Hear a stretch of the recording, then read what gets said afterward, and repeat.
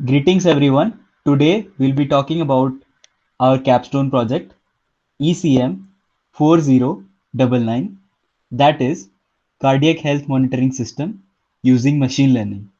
We would like to acknowledge the constant effort throughout our project provided by Dr. Ranjit Kumar, Assistant Professor, Sense, VIT Channel.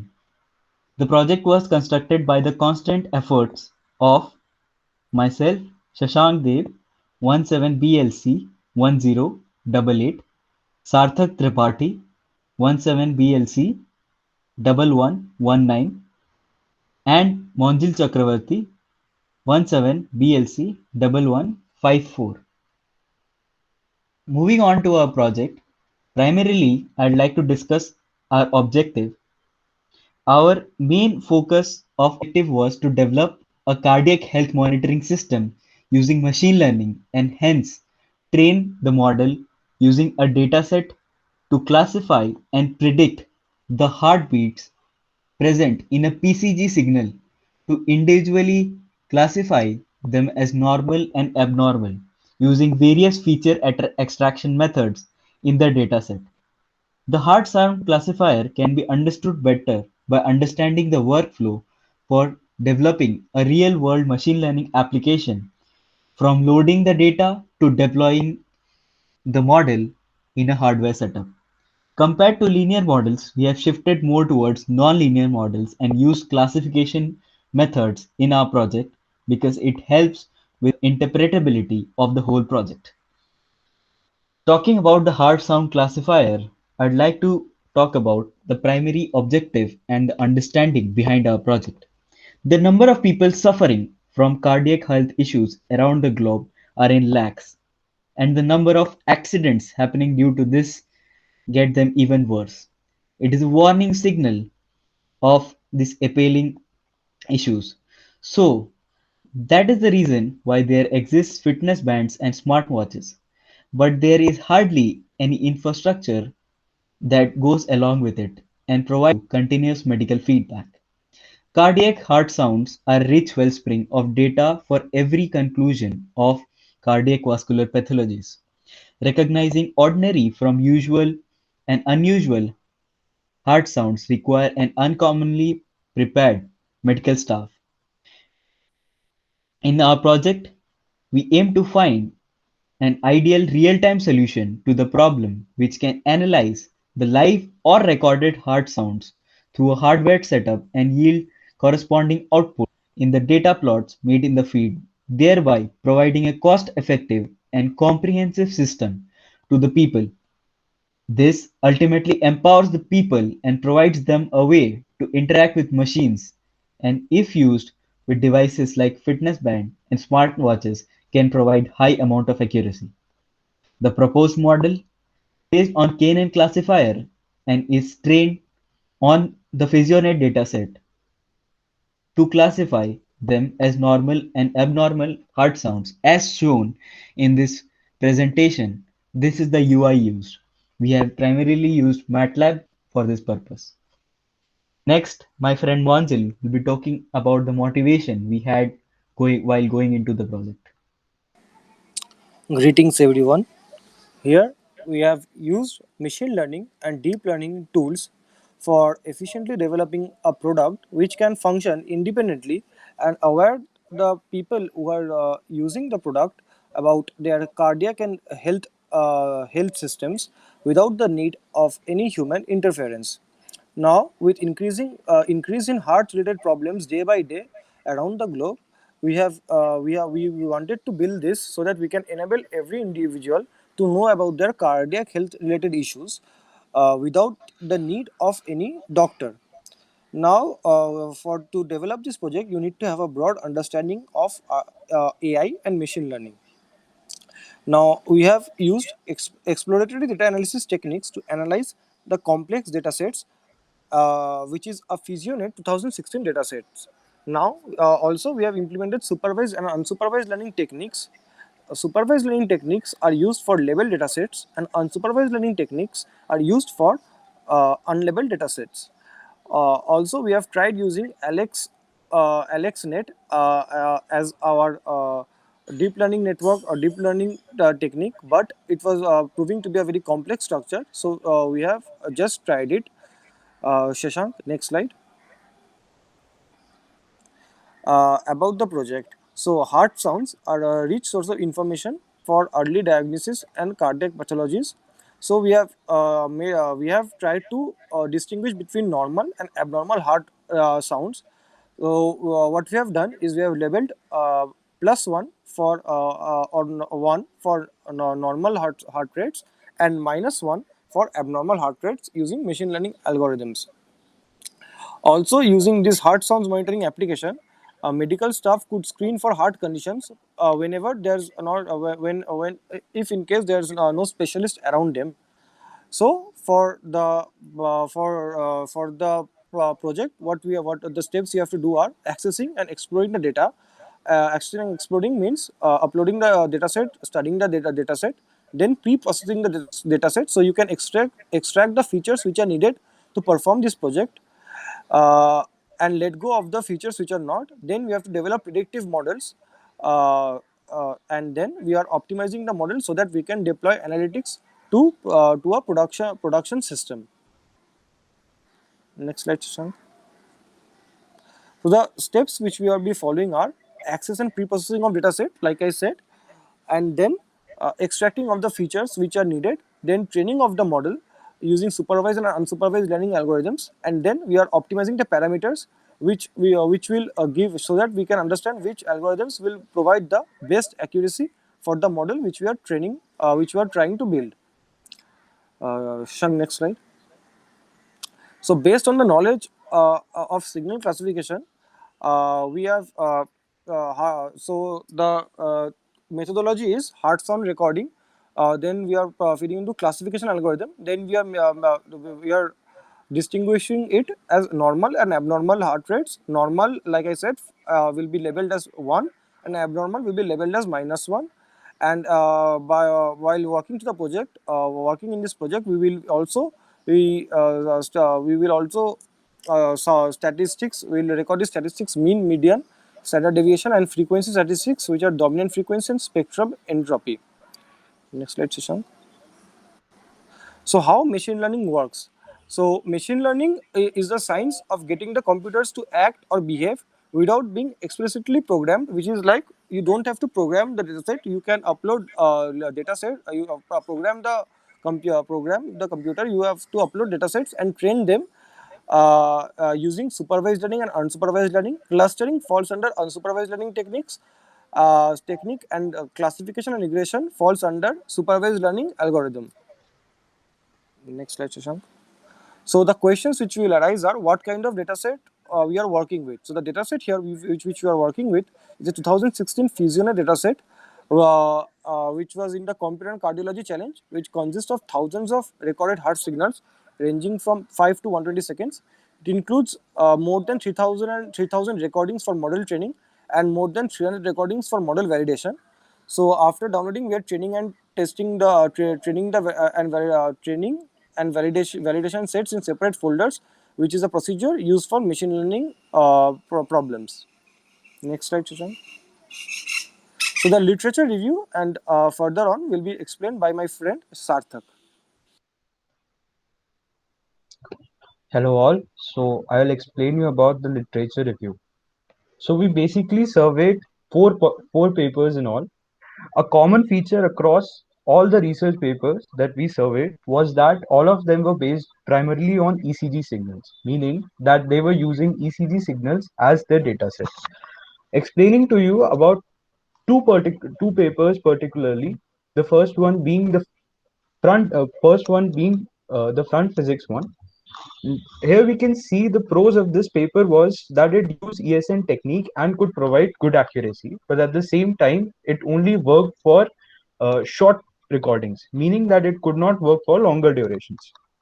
The second paper being the IEEE, which was published in IEEE in 2020. So this paper, uh, uh, this paper plotted the ECG signal on a 2D space and The pros of this paper was that it was able to provide reliable findings for smaller durations. But if the data set had a lot of noise, then the accuracy fell drastically. Next slide, please. Talking to you about coding and standards, we used primarily MATLAB for our project. In total, we used three toolboxes. The first one being the signal processing toolbox, the statistics and machine learning toolbox, and the wavelet toolbox. So about the signal processing toolbox, we use the signal processing toolbox to extract uh, the signal out of the data set, because we were using .wav files, and which could only be read using the signal processing toolbox. We plotted the WAV files using the signal processing toolbox and reduced the noise. Using the statistics and machine learning toolbox, we were able to extract features out of the data set. Next slide, please. So this is an Excel view of the data set. Over here, we have marked the abnormal readings as -1, and the data and the and the readings and the recordings which were normal as 1. So next slide, please. Yes, this is the workflow of the project. So over here, the first thing that we did was we accessed our data set, and then we plotted the WAV files using a signal processing toolbox. So over here, we can first, after plotting the toolbox and reducing the noise, we went to the second step of pre-processing the data and extracting features out of it. After this, we used statistics and machine learning toolbox and the models in it to run our machine learning models and finally provide results. Then after this, in the fourth step, using the MATLAB coder, we integrated the results and plotted them using the MATLAB GUI, and uh, to get results in a human interpretable fashion. Next slide, please. These are the codes and standards over here. So what we have seen, uh, basically over here, what we are doing is that we are extracting the waveform from the database. The first one being the audio read command, which we use to extract the signal from the database, and then after this we play the signal so that we get a waveform of it so that we can use it for feature extraction. Next slide, please. Yes, this is the code snippet that we use to extract features. It is the standard method of extracting features. When we apply this code snippet on the database, what it does is that it extracts all the features and it puts them in the feature table .mat file, which we use for our further analysis. Yes. So this is another standard code snippet. This is the train and test split code snippet. What it does is basically splits the database into 70-30 ratio. 70% is used for training and 30% is used for testing. And again, this is a standard method of doing it. Next slide, please. Constraints and alternatives of our project being, the first thing is that MATLAB is not a very commonly used software and it is not available on cloud devices, meaning that if we were to host our model somewhere on the internet, it would not be very widely accessible. The second one we can say is that the database was uh, was actually made using particular hardware, because of which if someone wants to use live readings for a hardware demonstration, it would not be possible because this would reduce the accuracy significantly. Next slide, please. About the cost analysis, so the MATLAB software is not available freely. It is available freely for students, and we had a student license of doing it. If you want to work on this project, you have to purchase the license of 28,000 and rest of the toolboxes also. Other than that, if you want to host your project somewhere, you can use it on AWS, because Amazon Web Services provides you with the MATLAB server, so you can host your model and host your program over there. Next slide, please. So about this and demonstration of the work, I think Shashank will take over and he will explain you about this. Thank you, Sarthak, for a good explanation. Take over from here. So, Since Sarthak told us that we use the signal processing toolbox to plot the data, and these are the typical waveforms classified into normal and abnormal. As you can see that the abnormal waveform when plotted in MATLAB can be identified as the one with higher frequencies, and the normal is the one which shows proper lub-dub variations. So this is the sample duration of 3 seconds that we have used. So we had done a research over the sample duration that is most optimum for highest accuracy, and we'll be talking about that in the next few slides. So this is the um, typical waveforms that we got when we trained our model in the 3 seconds, as we said. Then in the 5 seconds, as you see, the distinguishing becomes much easier as compared to the 3 seconds waveform. If we consider the 10 seconds, it's much clear and interpretable for a person who is trying to understand the whole model. And talking about interpretability, it's a very large factor that determines the accuracy of a model when it comes to machine learning models. And hence we went through with the 10 seconds model because it has higher interpretability, and the visual understanding for a person is also much higher as compared to a sample that is considered only for 3 seconds. So this is the frequency signal analysis tool where we have done the analysis of the waveforms in signal in frequency domain. So the blue line is basically the PCG signal, and the brown line is the PCG abnormal signal, and blue is normal. These are the two variations of it. So these are the two variations of the 5-second sample rate and the 10-second sample duration. So we can observe that there is no major difference when it comes to the computer in classifying them as normal and abnormal. But we can clearly see that there is a variation in the abnormal waveform at around 0.2 radians, where the peak is there, and for the normal the peak is along the y-axis. Then we trained our models in the software, and we can see that we can find uh, significantly higher accuracy rates for the same algorithm. If we compare linear discriminant, the accuracy is largely same. But if we consider KNN in both, the KNN in sample duration of 5 seconds has 94.5% of accuracy, and the KNN in 10 seconds has 94.7 of accuracy. Then we have optimized these KNN models and found out a higher accuracy rate of 95.2%. So what we have done is we have plotted the scatter plot for all these algorithms that we used in the training process. So as you can see in a tree model, the model tends to overfit because it tends to highly linearize the model and cover all the aspects of it. In linear discriminant model, it underfits and hence the accuracy is comparatively less. In optimized discriminant analysis, it's more and largely the same, but the concentration of predicted terms gets higher in a particular region. Then we used hyperparameter optimization or hyperparameter tuning in both 5 seconds and 10 seconds. And in 10 seconds, we observed that the accuracy increases significantly by 1%. So these are the KNN optimized model where the accuracy reduces by around 1%.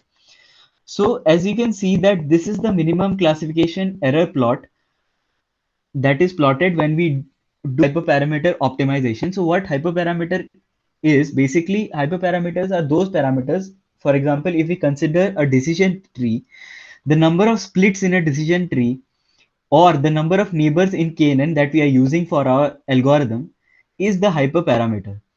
So in this graph, as you can see, there is a circle and a box. So if the circle and the box coincide, that is where the we will be able to get highest accuracy, as it is the best point hyperparameter along with minimum error of hyperparameter. So there will be less false negative and false positive values. So this one is the minimum classification error plot for 5 seconds. Similarly, this is the confusion matrix of the same and the ROC curve. But this is the best model that we got, hyperparameter optimized 10 seconds plot. So if we observe the minimum classification error plot of this one, we can observe that the dot and the square are coinciding near about sixth iteration. So this is the reason why the accuracy increased by around 1%. And if we observe the both confusion matrix, we're able to see that the false negative and false positives have reduced significantly. The kink in ROC curve also provides us that we are able to classify the models pretty accurately. And this is the neighbor component analysis, which shows us that we used 26 features, but only few of them were optimal. As my friend says, we said we were able to extract 13 features. So these are the most important 13 features that we have extracted using neighbor component analysis. So this is the working of our model, and we use plot predictions command to call the function that we have developed and the train model, and we have called it, and as we can see that the actual as classified by my friend that we had marked it as -1 and 1 is marked as actual data, and our project is predicting the data. And then if we compare those, we are feeding this data to a UI that is shown here in the left hand side.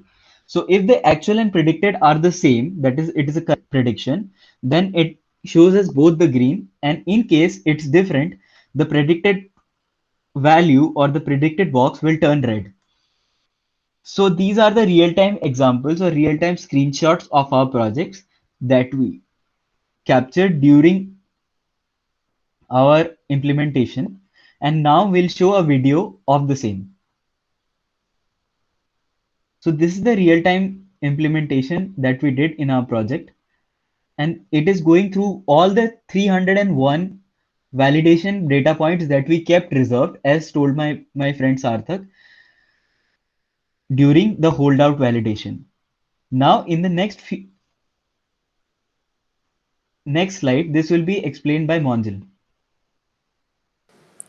So we worked on different supervised and unsupervised learning algorithms like logistic regression, decision trees, SVM, and nearest neighbors. So when we worked on KNN, we got the maximum accuracy near about 94%. So we got to the result that KNN gave us the maximum accuracy. Next slide, please. So this is the Gantt chart we followed. So for brainstorming and dataset study were the initial 2 months of January and February. Then we prepared about studied the research papers, and we did the literature survey around March. And then we have to study about the hardware and software conditions which were required, which were done in March. And for data pre-processing and algorithm analysis, we did it during March to April. And for the second review, and then testing, training, and model optimization, and the web application design which we did was done on the third review, and on by May, and the documentation will be done by the final review. Next slide, Shizan. The conclusion is that the model provides accurate results for datasets and provides reliable findings. The algorithms which were provided used can also provide accurate results, and the algorithms give good results and can extract features well which were needed for our model. And this can be very important and revolutionary for in the field of cardiac health infrastructure, as lots of people around the world are suffering from heart diseases. So this project will help them identify their diseases without the help of a specialist nearby. And this can be used by ordinary people to collect PCG signals, and it can be also used for the diagnosis of cardiac health issues. And accordingly, after knowing about your cardiac health issues, you can consult a doctor. Thank you. So these are the references that we have used. And next, finally, we'd like to show you the live model of the project in MATLAB.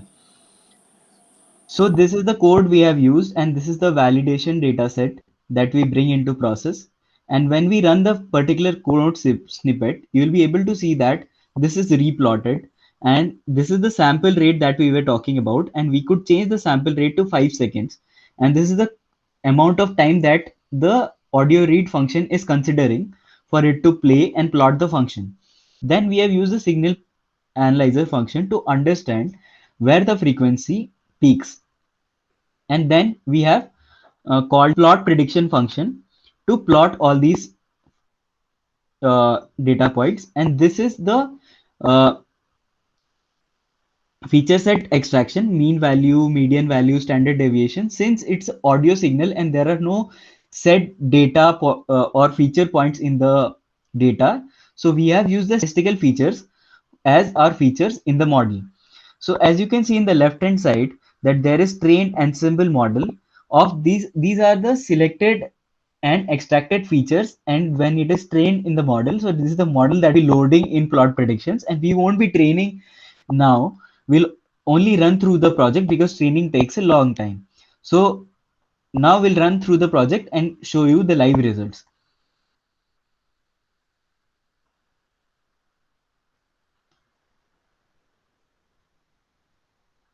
So as you can see that these plots were replotted, and this is the signal analyzer function that pops up, and this is our model that is working. Since we have already used the already ensembled model, so it is directly opening the plot predictions because it is calling the function that is already trained. But when we haven't trained it, then we had to understand using the signal analyzer function. So it will go through all the 301 uh, recordings that were kept for validation. So I'd like to talk somewhat about the signal analyzer. So we can have it in spectral function, and as we said, we can observe a peak around 2.5 radians, 2.25 radians for abnormal, and the normal peak is along the y-axis. So this was our project, and we would like to thank uh, Sir Ranjit again for his continuous support, and all my fellow teammates Sarthak and Monjil for their continuous efforts in this project. And we were able to successfully classify uh, the heart signals as normal and abnormal as proved by us. And this can be used in various other hardware setups along with our software to classify and tell the patient about their continuous clinical status. Thank you.